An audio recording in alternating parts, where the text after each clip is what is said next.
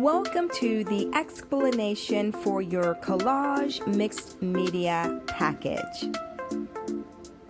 We're going to take a tour through the materials. Mod Podge glue, a brush, scissors, and fun pattern paper.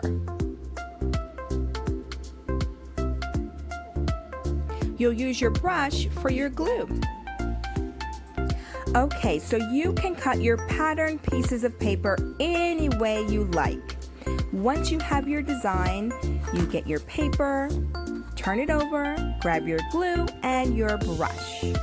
You're going to want to use your brush to spread your glue on the back of your paper, just like so.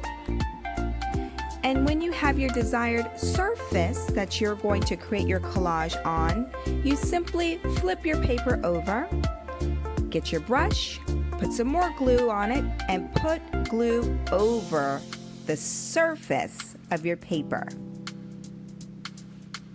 I love using Mod Podge glue to create fun collage works of art. You can use a canvas or you can use your large piece of watercolor paper for your surface. Use your creativity and have a blast creating your works of art.